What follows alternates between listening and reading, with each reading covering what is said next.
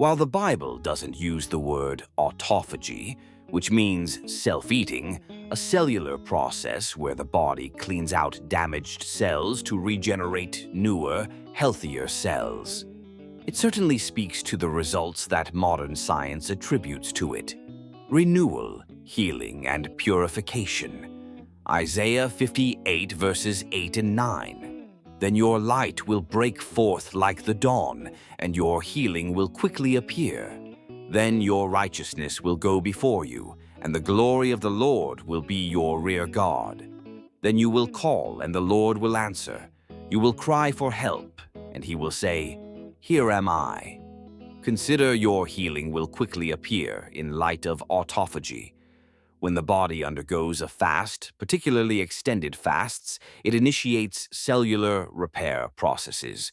Could this quick healing be the biblical description of a divinely enabled physiological renewal, part of the holistic restoration God promises for true fasting? The light breaking forth can also be seen as an internal clarity that comes from a cleansed system, both physically and spiritually. Psalm 51 verses 7 and 10, "Cleanse me, create in me a clean heart, O God, and renew a steadfast spirit within me." While not directly about fasting, the desire for cleansing and renewal is a core biblical theme. Fasting, in its physical dimension, serves as a means of internal cleansing. This internal physical cleansing can mirror and facilitate the spiritual cleansing and renewal of heart and spirit. The body, when given a break from constant digestion, naturally enters a state of repair. Spiritually, when we cease from our usual distractions and comforts, we create space for God to do a work of purification and renewal within us. Biblical figures like Moses, Exodus 34, verse 28, and Jesus, as touching his humanity, Matthew 4, verse 2, fasted for extended periods in the wilderness.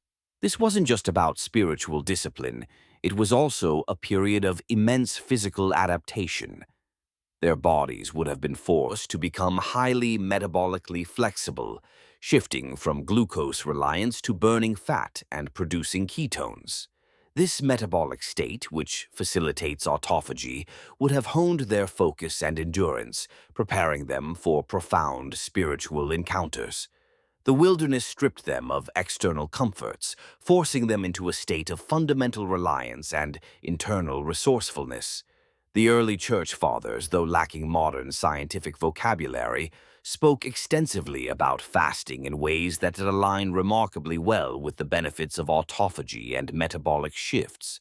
They emphasized purification, clarity, and discipline, concepts deeply intertwined with what we now understand as cellular renewal. Chrysostom viewed fasting not as punishment, but as a therapeutic practice. He taught that fasting makes the mind clearer, the spirit lighter, the body more agile, and releases all those carnal desires which lead to evil. A clearer mind and lighter spirit are common reports from those experiencing ketosis, a metabolic state induced by fasting, where the brain uses ketones for fuel, often leading to enhanced cognitive function. The more agile body and release of carnal desires can be linked to reduced inflammation, improved cellular function, and a decreased preoccupation with food, allowing for greater spiritual freedom. Chrysostom saw it as a means to heal the wound of sin and purify the inner person. Basil explicitly connected fasting with physical and spiritual well-being. He wrote, "Fasting is a source of health, a medicine for sickness, a fountain of purity. It is like a strong fence around the body and a sure defense for the soul." Source of health and medicine for sickness directly points to the body's self-healing mechanisms, which autophagy significantly contributes to. Fasting allows the body to repair itself, reduce inflammation, and optimize cellular function. Fountain of Purity speaks to both the physical detoxification and the spiritual purification that comes from self-denial and turning towards God. Tertullian emphasized fasting as a means of disciplining the body, stating, "By fastings and abstinences and all sorts of humiliations we chastise the flesh and tame its desires." When the body is chastised through fasting, it undergoes metabolic shifts.